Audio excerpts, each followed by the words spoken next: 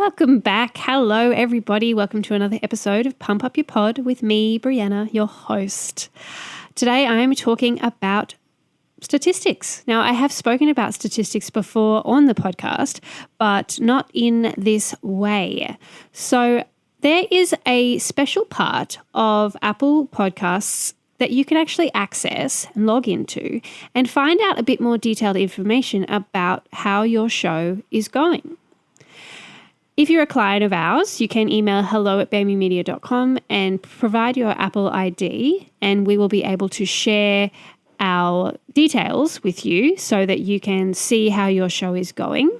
If you're not a Bamby Media client, then you can just access that stuff yourself. You go to Apple Podcast Connect and you use your Apple ID. You'll have to sign up for like the first time, and then you'll be able to add a show there and be able to track it. The cool thing about tracking it is with Apple Podcast Connect, they've recently done an update to their analytics, which was well overdue. There was a lot of stuff that was missing from the back end of that. And it gives you more information than your podcast host can. So when I say podcast host, I mean, Buzzsprout or Captivate or Blueberry, Podbean, Libsyn, however you host, like where you do your uploads. That's very different to how it actually tracks on Apple Podcasts. The statistics you get from within your podcast host are more general. So they'll have a look at your download numbers. They show you detail into the demographic of the listeners and how each episode is going, tracking over time and those sorts of things. They're very valuable statistics, absolutely. But Apple Podcasts Connect gives you this one bit of extra detail that I especially love, and that is the average consumption rate of an episode. What does that mean? Essentially, it means that it will tell you how much of your episode your listener is actually listening to before they switch it off. That is such valuable information to have, because you could be, having this massively long episode with a whole bunch of fantastic information. Maybe it's a great interview, you're having a really great conversation with someone, and then you do a call to action at the end. Hey, find more about this person, my guest, via the link in bio, or here's a course that I have for offer, or anything like that. And you wait till the end of the show to put that call to action in. But if you go into Apple Podcast Connect and you can see that people aren't listening all the way to the end, if they are only listening to 50% or so of your podcast episode, they're missing a lot of the value that you're giving in that second half of the podcast episode.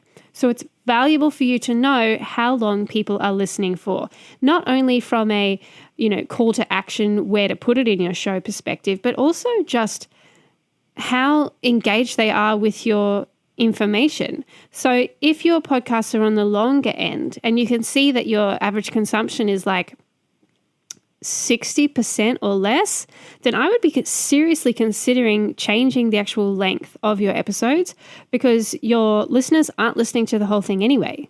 So what's the point? Like, it's so much extra work to record a longer episode, transcribe a longer episode, write show notes for a longer episode, edit a longer episode. And then if you look in there and you're like, oh man, people aren't even engaging for all that long, don't bother. Change the format, please. It will save you so much time.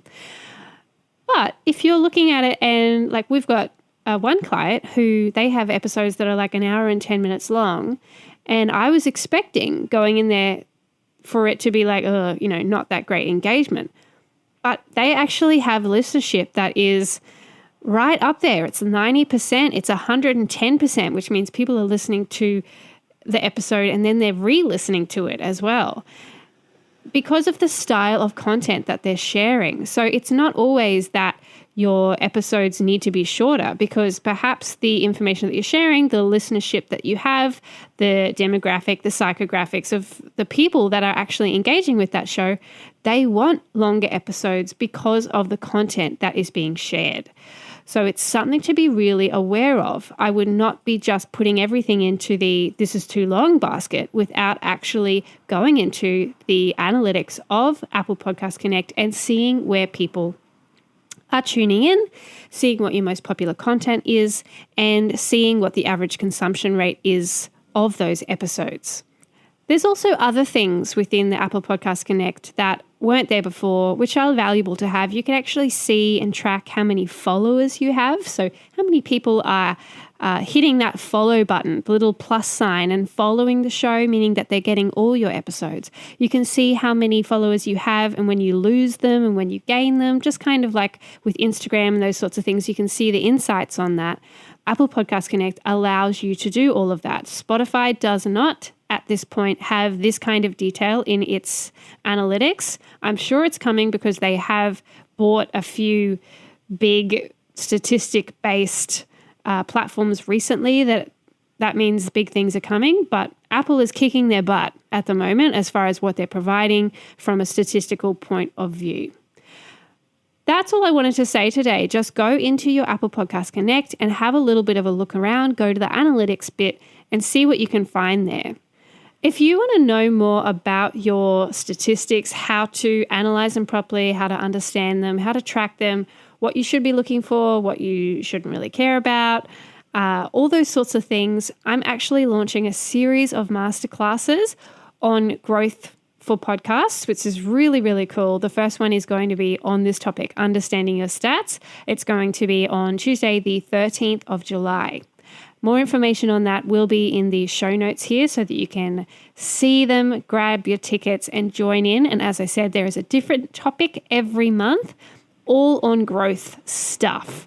It's very exciting and this will help you really up your game without being necessarily in a subscription type model where you have to be paying monthly. You can just decide which masterclasses you want to come to, or you can join the Pod Lovers Plus and you'll be able to get access to all of the masterclasses as well as they come through and a group discussion.